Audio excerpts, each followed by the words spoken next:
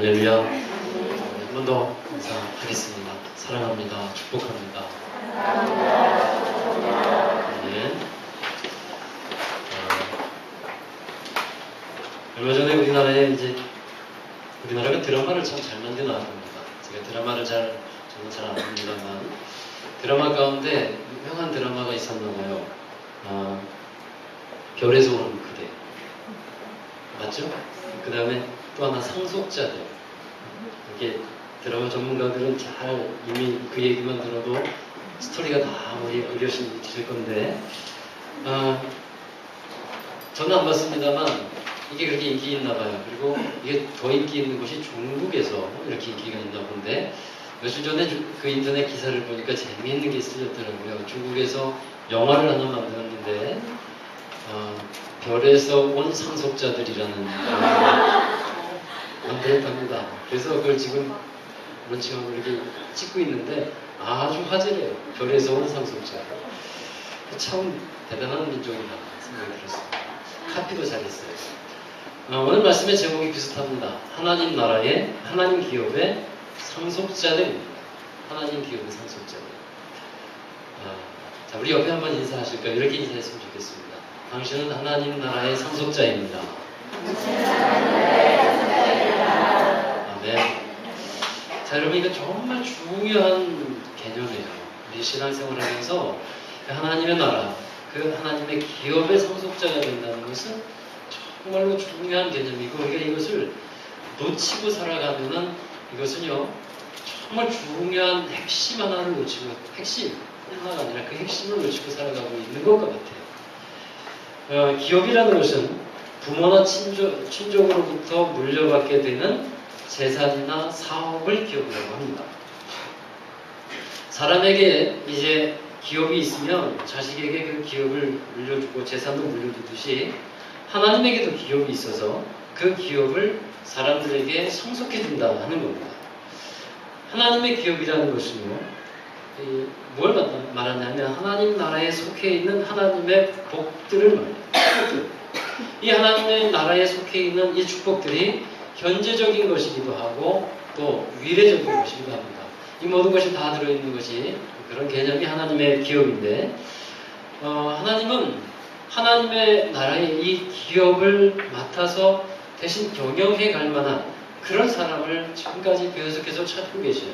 그래서 각처에서 그 맡겨진 하나님의 기업을 운영해 가도록 하셔요. 그래서 오늘 말씀에 이제 우리가 계속 사무엘 하의 말씀을 봅니다. 여기에서 하나님이 찾으신 사람이 누구냐면 다윗이라는 인물이에요. 하나님의 나라를 맡아서 경영해 갈 그 인물, 하나님은 찾으셨는데 그게 다윗이었어요. 그런데 다윗도 여러 가지 면에서 참 부족한 것이 많았죠. 그러나 하나님은 계속해서 다윗을 만들어 가시는 거예요. 경영자로서. 물론 최고의 경영인은 하나님이시지만 대신 그 맡겨주시는 일들을 잘 맡아서 하라고 만들어 가시는 겁니다. 그래서 여러 가지 시험과 환난도 만나게 하셨고요. 연단이라는 것을 통해서 하나님의 기업을 잘 지키고 더 천대하게 하는 사람으로 만들어가는 것을 우리는 사무엘상 그리고 사무엘하를 통해서 보게 됩니다. 여러분, 다윗에게 있어서 가장 가슴 아픈 일과 힘든 연단이 있었다면 그것은 지난주에 보았던 압살롬과의 싸움이었어요. 압살롬, 자기 사랑하는 아들과의 싸움이었고 압살롬의 죽음을 맞이하는 것이 이 다윗에게 너무나 큰 연단이었습니다. 근데 이 압살롬이 죽은 것은요, 자기의 죄가 씨가 되어서 압살롬이 그렇게 된 것이었어요. 그 아픔을 다윗은 간직하면서 통곡하면서 슬퍼합니다. 그런데 그 슬픔을 다시 이제 이기고 일어나서 다시 예루살렘으로 돌아오면서 다윗은 그 온 예루살렘 이스라엘의 왕으로서 이제 복귀를 하게 됩니다. 그 와중에 어떤 일이 일어나냐면 오늘 말씀 읽은 이 20장에서 세바라고 하는 불량한 사람이 반란을 일으키게 되는 거예요. 세바의 반란 사건이라고 하는데 이 세바의 반란 사건이 사무엘하 20장에 기록되어 있는데 우리는 이 사건을 하나의 어떤 싸움의 이야기로만 읽어서는 안 됩니다. 분명한 어떤 영적인 의미, 신앙적인 의미가 여기 있는지를 우리는 들여다봐야 돼요. 이것을 놓치면 그냥 재미있는 어떤 드라마 같은 그 스토리로만 끝나게 돼요. 자, 오늘 말씀을 기록하신 하나님의 목적이 어디 있냐면 하나님의 기업을 지키는 자와 하나님의 기업을 삼키는 자가 있다는 것을 먼저 알게 하시는 겁니다. 그리고 더 나아가서 하나님의 기업의 상속자는 다른 사람이 아니라 바로 예수 그리스도를 믿는 저와 여러분이 된다는 것을 말씀해 주고 계시는 거예요. 자, 우리 세바라는 사람은 어떤 사람이냐면 다윗을 대적해서 반기를 들고 일어나는데 베냐민 집파 사람이고요. 오늘 말씀에 이제 누구의 아들이 되어 있냐면 비글이라는 사람의 아들로 되어 있습니다. 세바가 이렇게 반기를 들고 일어났을 때 많은 사람들이 이스라엘 사람들이 세바에게 모여들게 됩니다. 그리고 결국 이제 많은 사람들이 모여서 이제 세바의 편에 있지만 세바의 반란은 진압이 되게 되고 나중에 한 지혜로운 여인에 의해서 목배임을 당하고 비참하게 끝나게 됩니다. 그러면 먼저 이 세바의 반란이 왜 하나님의 기업을 삼키는 일인가 이것을 먼저 우리는 알아봐야 합니다. 우리 사무엘하 20장 1절 같이 한번 다시 읽어보겠어요. 오늘 말씀은 좀 말씀을 함께 읽는 부분이 조금 더 다른 때보다 많을 것 같아요. 이해하시고 같이 한번 읽어보시기 바랍니다. 사무엘하 20장 1절입니다. 마침 거기에 베냐민이 하나 있으니 그의 이름이 세바인데 베냐민 사람 비글이 아들이었더라. 그가 나팔을 불며 이르되 우리는 다윗과 나를 부른 것이 없으며 이새의 아들에게서 받은 유산이 우리에게 없더라. 이스라엘을 각각 장막으로 돌아가라. 여러분 세바가 무엇이라고 합니까? 우리는 다윗과 나눌 분깃이 없다. 유산도 없다. 그럼 하나님의 기업, 다윗에게서 받을 기업이 없다라는 것을 말하고 있는 거예요. 이것이 세바가 반란을 일으킨 중요한 이유라고 할 수 있는데 다윗을 쫓아가봤자 당신들이 다윗을 쫓아가봤자 말짱 헛것이 됩니다. 이렇게 얘기하는 거예요. 당신에게 주어질 유산, 기업들은 하나도 없으니까 쫓아갈 이유 없다. 마치 우리 하나님을 믿을 필요가 없다라고 말하는 어떤 사람들의 얘기가 같은 겁니다. 하나님 믿어봤자, 예수님 믿어봤자 인생은 변하는 것 없고 똑같아. 자기 힘대로 살아가는 거지 뭐. 자기에게 주어진 운명대로 살아가는 거지. 이렇게 말하는 사람들과 같다라는 거예요. 자, 그래서 세바는 다윗을 따르지 말라고 합니다. 그러자 이스라엘 사람들이 다윗 따르기를 그만두었다라고 했어요. 그리고 나서는 세바를 따르기 시작하는 거예요. 여러분 이것은 정말 큰 위기예요. 하나님은 이스라엘이 나누어지는 것을 원하지 않으셨어요. 하나님이 원하시는 것은 이 사람들이 하나가 되어가지고 하나님의 기업, 하나님의 나라를 이루고 그 안에 있는 기업을 경영해가는 나라.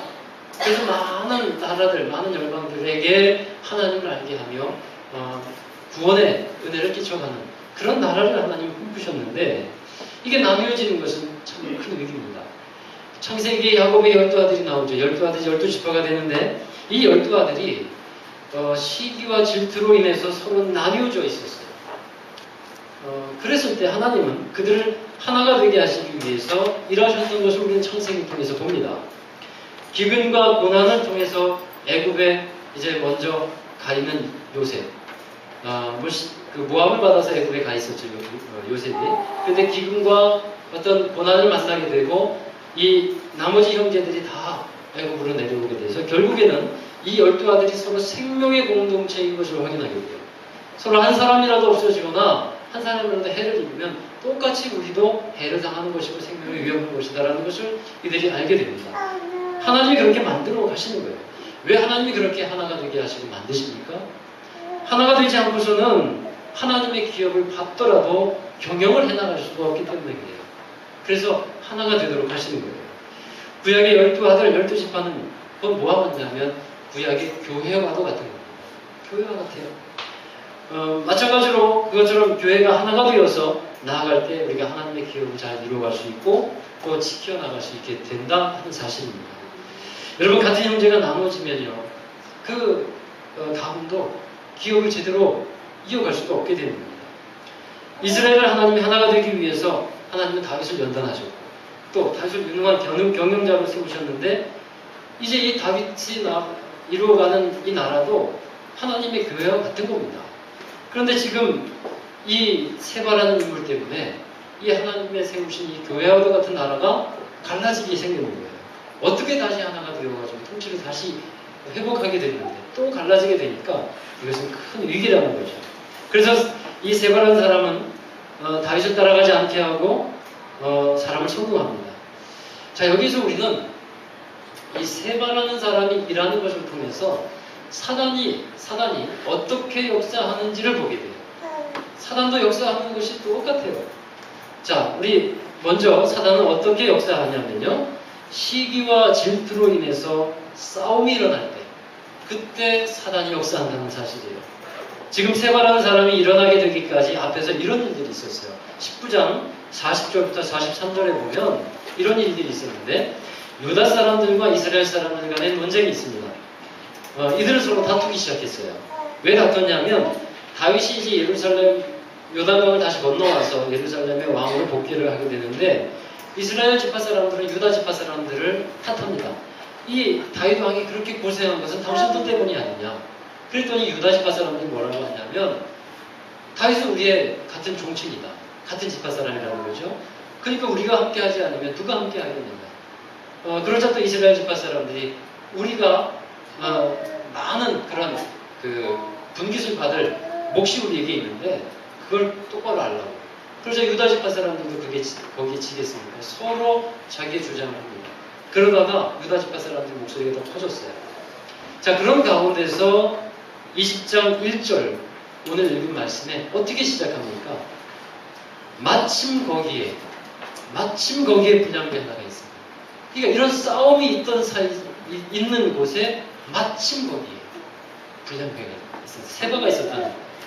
마침 거기에 사단이 기다리고 있었다라는 것입니다. 그 사단이 역사하는 게 바로 이런 거예요. 싸움이 일어날 때, 분란이 일어날 때, 그때 사단의 역사가 있다라는 사실이에요. 여러분, 사단은 끼어들 틈을 노리고 있는 겁니다. 사람의 사이 관계나 또 가정이나 또 교회나 이 모든 일에 있어서 사단이 역사하는 통로는 첫 번째는요, 시기와 질투로 인한 싸움이에요. 거기에 사단이 역사하는 거예요. 그래서 사단은 웅크리고 있다가 그런 싸움이 일어나게 되면 그 틈이 벌어진 줄 알고 거기에 끼어드는 거예요. 그래서 에베소서 4장 26절, 27절에 이렇게 기록하고 있어요. 자, 같이 읽습니다. 분을 내어도 죄를 짓지 말며 해가 지도록 분을 풀지 말고 마귀에게 틈을 주지 말고. 마귀에게 틈을 주지 말고. 여러분, 사람이 분을 내지 않을 수는 없을 겁니다. 분이 없는 사람이 어디 있습니까? 화가 없는 사람이 어디 있습니까? 다 화가 나죠. 세상 돌아가는 일을 봐도 화가 나고, 사람을 봐도 화가 나고, 어떤 일을 만나도 화가 나고, 내 감정 때문에도 화가 나고, 이 화가 나지 않는 사람이 어디 있습니까? 다 분이 나요. 그러나 분을 빨리 처리하고 없애야 한다는 거예요. 그렇지 않으면 거기에 사단이 활동하는 통로가 되고 마당이 된다는 사실이죠. 그래서 이 싸움이 있는 곳에 이제 사단이 역사한다는 사실. 그 다음에 두 번째로는 사단이 역사하는 통로는 의심이라는 통로예요. 의심. 이 세바라는 사람이 하는 얘기를 들어보면 세바가 다윗을 신뢰하고 있지 못하다 하는 것을 알 수 있어요. 우리는 다윗과 나눌 분깃도 없고 유산도 없다. 이 말은 다윗은 유다 지파이기 때문에 유다 지파 사람들만 챙기겠지, 우리 다른 지파들을 챙기겠냐 하는 말이 들어가 있는 거예요. 세바는 그렇게 다른 지파들에게 얘기를 하면서 그 사람들을 미혹하게 됩니다. 들어보니까 그런 거예요. 같이 지금까지 유다 지파 사람들이 다윗과 함께 있었고 요단강을 같이 건너갔다가 오면서 이제 유다 지파 사람들을 챙기겠지, 우리까지 챙기겠냐. 그러면 우리에게 유산이 없겠구나, 분깃이 없겠구나, 기업이라는 것은 우리에게 주어지지 않겠구나 라고 생각하는 거죠. 자, 이런 생각들을 이제 갖게 되니까 사람들이 어떻게 됩니까? 2절 봅니다. 같이 읽습니다. 이에 온 이스라엘 사람들이 다윗 따르기를 그치고 올라가 비그리 아들 세바를 따르나 유다 사람들은 그들의 왕과 합하여 요단에서 예루살렘까지 따르니라. 아멘. 지금까지요, 이렇게 되기 전까지는 이스라엘 지파 사람들도 다 합의를 했어요. 이제는 우리나라의 왕은 다시 다윗이다. 지금까지 우리가 했던 일 잘못했다 하면서 후회하고 또 뉘우치면서 다윗을 왕으로 모시기로 한 거예요. 간신히 다윗을 왕으로 모시는 일에 합의를 이룬 상태가 되었는데, 이제 이 세바라는 사람은 다시 그들을 끼워가지고 다윗을 쫓지 못하게 하고 세바를 따르게 합니다. 이것이 사단이 하는 일이라 하는 거예요. 주님을 따르는 사람들의 생각에 자꾸 의심을 넣어줘요. 자꾸 의심하게 돼요. 주님의 말씀을 믿지 못하게 하고요. 그리고 주님 따라봤자 소용이 없다고 자꾸 의심의 생각을 넣어줘요.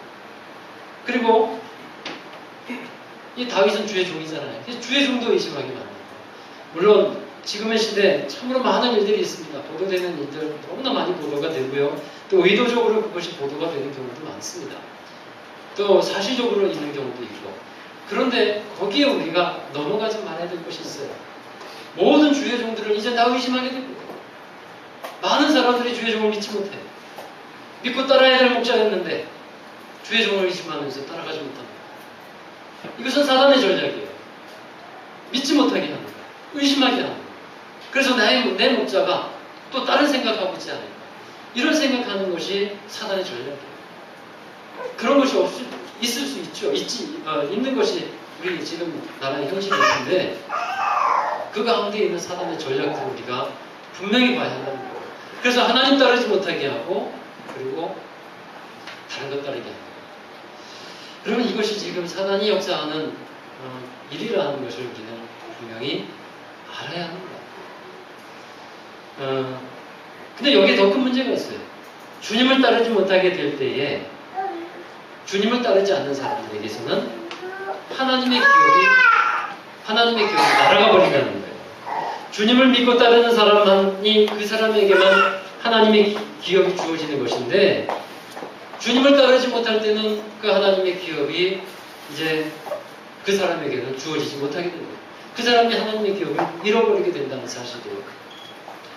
여러분 야고보서 1장 6절을 한번 보십시다. 같이 읽어봅니다. 오직 믿음으로 구하고 조금 더 의심하지 말라. 의심하는 자는 마치 바람에 밀려 요동하는 바닷물 같으니. 이렇게 요동합니다. 사람들이. 다윗을 따르지 않고 다윗을 따른다는 것은요. 하나님의 그 세우신 언약이 거기 있어요. 그래서 하나님의 말씀을 따르는 것과 같은 것으로 성경은 얘기하고 있는데 자꾸 믿지 못하니까 의심하면서 자꾸 요동해서 다른 것을 따르게 돼요. 이렇게 해서 세 번은 반란을 일으켰어요. 이스라엘 많은 사람들도 미혹을 당해서 반란에 동참을 했어요. 그 사이에 20장 사이에는 여러 이제 사건들이 또 있지만 결론 부분을 말씀드리면 오늘 읽은 19절, 20절, 22절 사이에 보면 세바는 아벨이라는 성읍으로 도망을 하게 되고요. 거기에 들어가 있었고 요압과 아비새가 세바를 뒤쫓아갑니다. 그리고 세바는 그 아벨이라는 성읍에서 지혜로운 한 여인과 사람들에게 붙잡혀서 목베임을 당하고 이제 그 요압에게 내어주게 돼요. 그리고 나서 이제 이 반란은 진압이 되게 됩니다. 자, 우리는 여기서 또 한 가지 주목해야 하는 말씀이 있어요. 한 지혜로운 여인이 이 세바를 처단하게 되는데 하나님의 나라를 어떻게 이루어갔는가를 우리는 말씀을 통해서 봅니다. 사무엘하 20장 19절 이렇게 또 보시죠. 같이 읽습니다. 나는 이스라엘을 합병하고 충성된 자 중 하나이거늘 당신이 이스라엘 가운데 어머니 같은 성을 멸하고자 하시고 어찌하여 당신이 여호와의 기업을 삼키고자 하시나이까. 자, 이 말은 이 여인이 요압에게 하는 말이었지만 이 지혜로운 여인의 말 속에 가장 중요한 핵심이 들어있습니다. 이 여인은 믿음으로 살면서 하나님의 기업을 지키고 있었던 충성스러운 여인이었어요. 이 여인이 자기 나라가 하나님의 기업임을 믿고 있었고 자기가 살고 있는 그 아벨이라는 성읍이 하나님의 기업임을 믿고 있었어요. 그래서 그 이 이름 없는 약한 여인은 하나님의 기업을 지키기로 담대한 결정을 하고 행동을 하는 겁니다. 아울러 이것이 우리에게 전해주고 있는 메시지가 뭐냐면 우리 또한 하나님의 기업을 지키는 자가 되어야 한다 하는 사실입니다. 하나님의 기업을 지키는 사람이 되어야지 하나님의 기업을 삼키거나 멸하는 자가 되어서는 결국 안 된다 하는 말씀이죠. 여러분, 하나님의 기업이라는 말이 여러분에게 좀 생소하게 들릴지 모르겠습니다. 그러나 이 개념 말씀드렸듯이 정말로 중요한 개념이고요. 이 하나님의 기업 안에 하나님이 주시는 축복과 은혜가 다 들어가 있는 거예요. 성경에서 말하고 있는 하나님의 기업은 무엇인가? 우리가 조금 더 알아보기를 원합니다. 구약에서 하나님은 이스라엘을 먼저 선택해서 부르셨어요.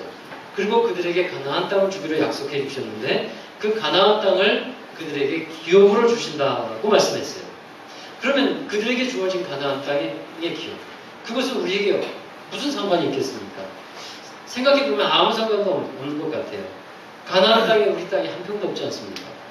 아무 상관도 없어요.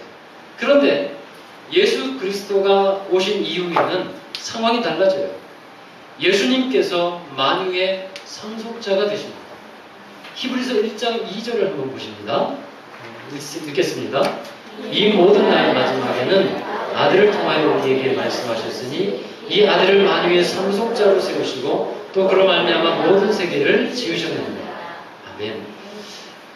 예수님이 하나님의 아들, 독생자로 불리는 데 있어서 신학적인 의미가 여기에도 있어요. 이 아들은 상속자라는 의미를 갖고 있어요. 그리고 독생자이면 아버지의 모든 것을 상속받는다는 의미가 들어가 있는 거죠. 그래서 이 하나님의 아들을 이제 히브리서에서는 또 뭐라고 표현하냐면 맏아들이라고 말씀하고 있어요. 맏아들. 그러니까 가장 많은 것을 상속하는, 전부를 상속하는 그런 분을 말씀하고 있죠. 이 하나님의 아들을 믿는 사람에게도 이제는 상속자가 될 수 있는 은혜를 하나님은 허락해 주십니다. 로마서 8장 17절 읽습니다. 자녀이면 또한 상속자, 곧 하나님의 상속자요 그리스도와 함께한 상속자니 우리가 그와 함께 영광을 받기 위하여 고난도 함께 받아야 할 것입니다. 또 갈라디아서 4장 7절이에요. 그러므로 내가 이 입으로는 종이 아니요 아들이니 아들이면 하나님으로 말미암아 유업을 받을 자다. 할렐루야. 여러분 여기에 우리가 눈이 띄어져야 돼요. 여기 우리가 하나님의 아들이다. 하나님 예수 그리스도를 믿음으로 인해서 함께 상속자가 되어서 우리도 하나님의 유업을 받는 자가 되었다는 것에 우리가 눈이 띄어져야 돼요. 우리가 여기에 정말 놀라운 기쁨이 우리 속에서 솟아나야 합니다. 정말 여러분 그렇지 않겠습니까? 아버지로부터 많은 상속받는다면 자다가도 웃음 나오지 않으세요? 기쁘지 않으세요? 좋은 거 아니에요? 그런데 우리가 하나님으로부터 이 상속을 받는다. 정말 놀라운 상속이 우리에게 있대요. 얼마나 기쁩니까? 우리는 이것에 정말 우리의 마음이 함께하고 여기에 눈이 띄어져 있어야 할 줄 믿습니다. 이 땅에 소망을 두고 있으면 이 땅의 꿈만 바라보지만 하나님 나라의 소망을 두고 바라보고 있는 사람은 이 하나님 나라의 이 기업의 상속자, 이 상속을 기뻐하고 바라보게 되고 소망을 갖게 됩니다. 여러분 유대인들은 자기들만이 하나님의 나라를 상속받는다고 고집스럽게 생각하고 있지만 성경은 그렇게 말하고 있지 않습니다. 하나님 나라의 기업이 그들의 것만이 아니고 모든 믿는 자들의 것이 된다고 분명하게 가르쳐주고 있어요. 에베소서 3장 6절의 말씀입니다. 같이 읽습니다.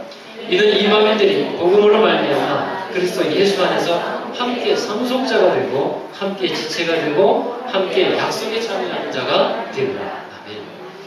우리가 이 말씀에서 주목해야 되는 것이 있는데 주목해야 되는 말씀은 예수 안에서 함께라는 구절이에요. 예수 안에서 함께, 예수 안에서 함께, 예수 안에서 함께. 여러분, 예수님 혼자 상속자가 아니고요. 예수님과 우리는 함께합니다. 예수님이 없으면 아무리 우리가 함께 다른 사람과 함께 한다고 해도 상속자가 될 수가 없는 거예요. 우리가 예수 그리스도를 믿는 믿음 안에 있다고 한다면 주님과 함께 하나님의 나라의 기업을 받는 상속자가 된다는 사실이에요. 여러분 하나님의 기업의 상속자라는 이 믿음과 확신이 있는 사람은요 미래에 대한 두려움을 이길 수 있어요. 미래에 대한 두려움. 세상의 마지막이 당장 찾아온다고 할지라도요 이 나의 영원하신 기업 대신 이 하나님의 기업이 있기 때문에 새 하늘과 새 땅을 기업으로 받는 자 그 사람이 바로 나다라고 하는 그런 소망과 확신이 있어서 모든 두려움을 다 이기면서 살아갈 수 있어요. 종말이라고 하면 다 사람들이 두려워하고 무서워하는 경향이 있는데 그럴 것이 없어요. 우리 하나님의 나라의 기업, 이 상속자가 바로 우리가 된다는 사실 안에서 우리는 담대함과 용기와 희망을 갖게 됩니다. 그래서 우리는 언제나 이 믿음 안에 그리스도 안에 있어야 하는 겁니다. 그래야 하나님의 기업을 빼앗기지 않는 거예요. 사단은 하나님의 기업을 우리에게서 자꾸만 빼앗아가려고 합니다. 이 세바가 했던 일이 바로 그런 일이에요. 하나님의 기업을 빼앗아가려고 하는 일이에요. 여러분 그 하나님의 기업을 빼앗겼을 때는요 우리가 이 땅에 살면서 기쁨도 사라지게 되고요 평안도 사라지게 되고 소망이 없어요. 늘 그냥 암울해요. 하나님의 나라의 기업을 도둑질 당한 사람들의 특징이에요. 마가복음 12장에 보면요 포도원 농군에 대한 비유가 나오는데 이 한 주인이 포도원을 만들고 새를 주고 그것을 떠납니다. 그리고 때가 되어서 돌아와요. 돌아왔을 때 포도원의 소출을 이제 받으려고 몇몇의 종들을 2번에 걸쳐서 보냅니다. 그런데 농부들은 그 주인의 종들이 찾아왔을 때 능욕하고 그들을 상처 입히고 때립니다. 또 2번째 와서는 그 종들을 죽이기까지 해요. 그러자 이 포도원의 주인이 마지막으로 자기의 아들을 보내기로 합니다. 그건 예수 그리스도를 말씀하고 있는 거죠. 그동안에 많은 종들을 보냈는데 다 무시했고 이제는 어쩔 수 없으니까 하나님의 아들 예수 그리스도를 보내시는 거예요. 이 아들을 보내면 농부들이 존대해 줄 것이라고 생각했던 겁니다. 그런데 막상 아들이 이 포도원에 들어왔을 때 그 포도원 농부들은 어떻게 생각합니까? 이렇게 생각해요. 마가복음 12장 7절 같이 있습니다. 그 농부들이 서로 말하되 이는 상속자니 자 죽이자. 그러면 그 유산이 우리의 것이 되리라. 포도원 농부들은요 그 주인의 상속을 자기들이 갖기를 원했어요. 빼앗기를 원했다는 겁니다. 하나님이 주신 그 주인이 주는 걸 받는 게 아니라 자기들이 다 차지하기를 원했어요. 아들을 죽이면 그 기업을 받을 수 있을 줄 알았는데 여러분 그들이 몰랐던 사실이 하나 있었어요. 그것이 뭐냐면 아들을 죽이면 기업 자체가 없어진다는 사실입니다. 아들을 죽이면 기업 자체가 없어진다는 것을 그들이 몰랐어요. 그래서 이 농부들이 상속자가 되는 것은 아들과 함께 있을 때, 주인과 함께 있을 때의 상속자가 될 수 있다는 사실이에요. 그것을 비유로 말씀해 주시는 겁니다. 또 마태복음 25장에 보면요. 마태복음 25장은 사실 마지막 심판의 장이에요. 하나님 앞에 섰을 때 그 달란트의 비유도 나오고 또 어떤 비유가 나오냐면 양과 염소의 비유가 거기에 나오는데 거기에 상속자에 대해서 말씀하시는 부분이 있습니다. 마지막 때에 하나님께서 모든 민족과 사람들을 모은다고 했어요. 그리고 그때 하나님은 양과 염소를 구분하듯이 사람들을 오른편 왼편으로 이렇게 구분해 나누시는데 그 오른편에 있는 사람들에게 하나님은 이렇게 말씀하신다고 했습니다. 마태복음 25장 34절입니다. 읽습니다. 그때 임금이 그 오른편에 있는 자들에게 이르시되 내 아버지께 복받을 자들이여 나와 창세로부터 너희를 위하여 예비된 나라를 상속하리라. 할렐루야. 이것이 하나님께서 우리에게 주신 기업이에요. 그 상속권이 우리에게 있다는 사실이에요. 믿는 자에게. 여러분 이 확신을 갖고서 살아가자 하는 것입니다. 내가 하나님 나라의 상속자가 아니다. 상속자가 아닌가 보다. 이런 생각만 해도 사실 불안해요. 그리고 두려워합니다. 소망이 우리에게 주어지지 못합니다. 하나님은 분명히 우리가 예수 그리스도를 믿음으로 인해서 그 믿음 안에 있을 때에 하나님의 기업의 상속자가 된다고 말씀하고 있습니다. 그 사실 여러분 꼭 믿으시기를 바랍니다. 우리가 이 하나님의 기업을 잃어버리지 않아야 합니다. 그리고 지키는 자들이 되어야 돼요.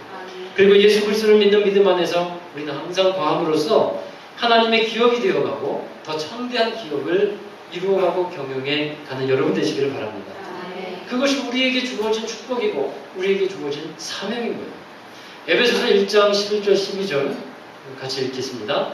모든 일을 그의 뜻대로 결정대로 일하시는 이의 계획을 따라 우리가 예정을 이루어 그의 안에서 기업이 되었습니다.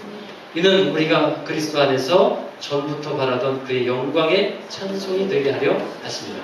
아멘. 자, 이 말씀은 어떤 말씀이냐면요. 우리가 살아가고 있는 곳, 우리가 일하는 곳에서 하나님의 기업을 이루어가라고 하는 말씀이에요. 우리가 하나님의 기업이 됐으니까 하나님의 영광의 찬송이 되어서 그 기업을 이루어가라.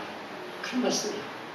여러분 우리가 받은 기업, 우리가 행하는 일들을 통해서 하나님은 영광을 받으시기를 원하고요. 그래서 하나님의 기업의 참대함을 나타내시기를 원합니다.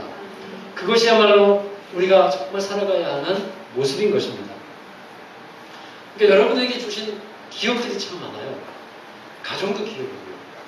또 여러분의 사업체도 기업이 될 수 있고 그리고 일하는 것도 기업이 될 수 있고 시편 127편 3절에서는 보라 자식들은 여호와의 기업이요 태의 열매는 그의 상급이로다 했습니다.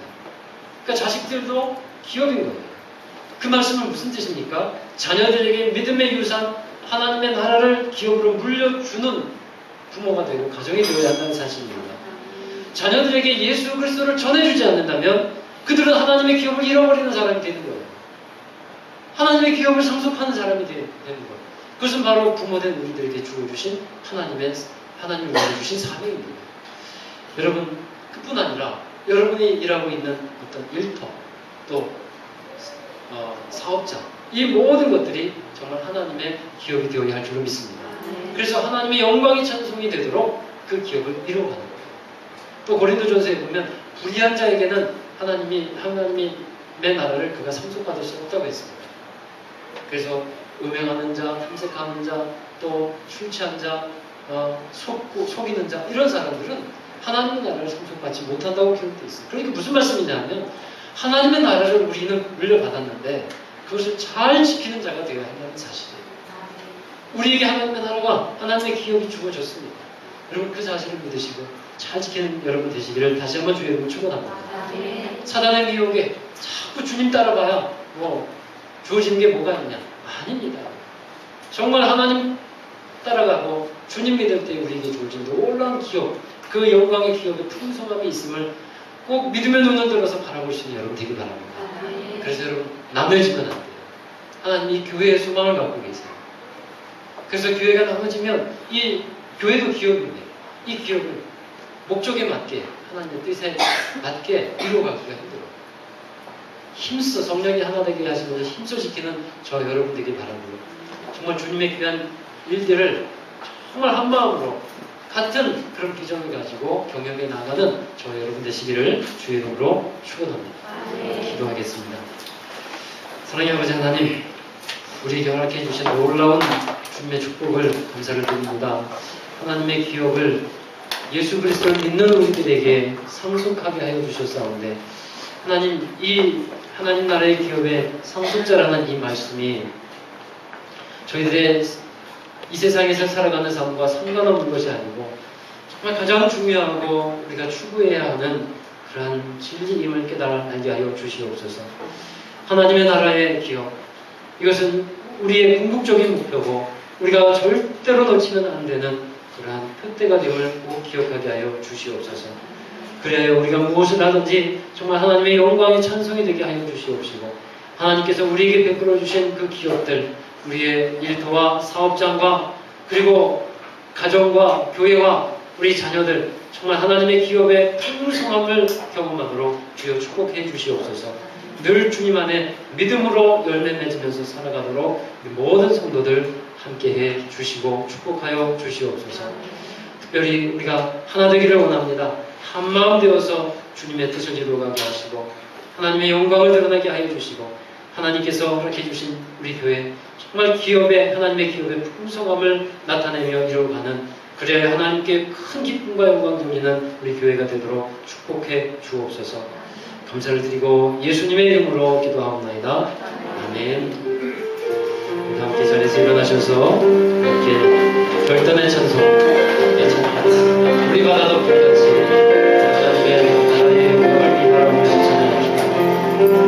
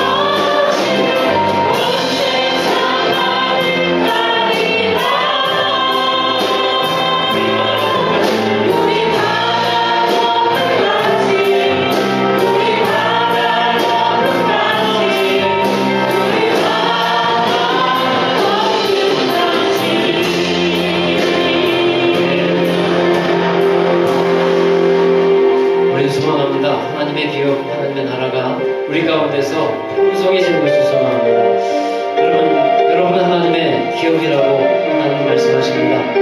우리가 하나님의 기업으로서 정말 주님의 맡겨주신 것들, 정말 주님의 영광을 나타내고 풍성한 하나님의 기쁨이 되도록 우리에게 주어진 그 기업을 이루어가고자 합니다. 주님의 마음을 주시고 정말 하나님과 함께하는 귀한 삶이 되게 해달라고, 그래서 하나님의 뜻을 이루어가는데, 하나님의 기업을 이루어가는데 정말 귀하게 쓰임받는 우리 모든 성도들, 또 가족, 또 자녀들, 우리 기업, 또 우리 사업자 되게 해달라고 하나님께 우리 마음을 다해서 기도하겠습니다. 이제 기도하겠습니다.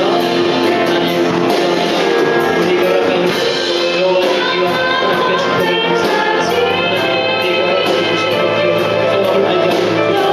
하나님 우리가 허락하는 주신 그 기업을 소망을 알게 하여 주시옵소서.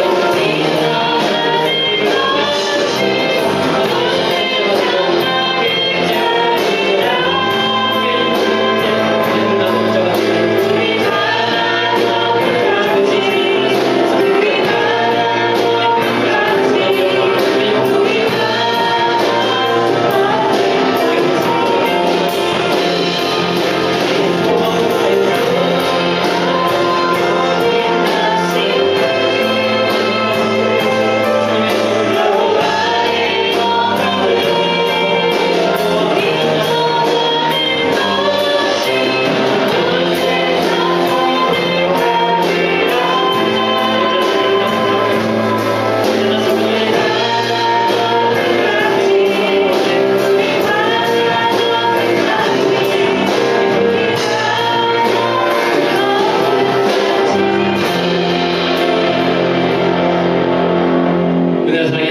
감사합니다. 우리에게 허락하여 주신 그 하나님의 기업들 정말로 우리가 감사히 받게 하여 주시옵시고, 그 기업을 잘 지키고 또 더욱더 풍성하게 이루어가며 경영하는 저희들 되게 하여 주옵소서. 우리에게 허락하여 주신 가정도 기업이고, 우리에게 허락하여 주신 자녀도 기업이고, 우리에게 허락하여 주신 일터와 또 사업도 다 기업인 줄로 믿습니다. 행하는 모든 일들, 하나님 또 우리 교회 정말 하나님의 기업이온데 주님의 뜻을 이루어가는데 귀하게 쓰임받게 하여 주시고, 정말 잘 경영하고 이루어서 주님께 큰 기쁨과 영광의 찬송이 되게 하여 주시옵소서. 많은 이제 악한 사단이 우리의 이 하나님의 기업을 훼손하고 삼키려고 하고 있는데, 우리가 하나님 정말 주님의 말씀에 붙들려 있게 하시고 주님의 은혜 가운데 믿음 가운데 늘 있어서 그 기업을 빼앗기지 않는 저희들이 되게 하여 주시옵소서.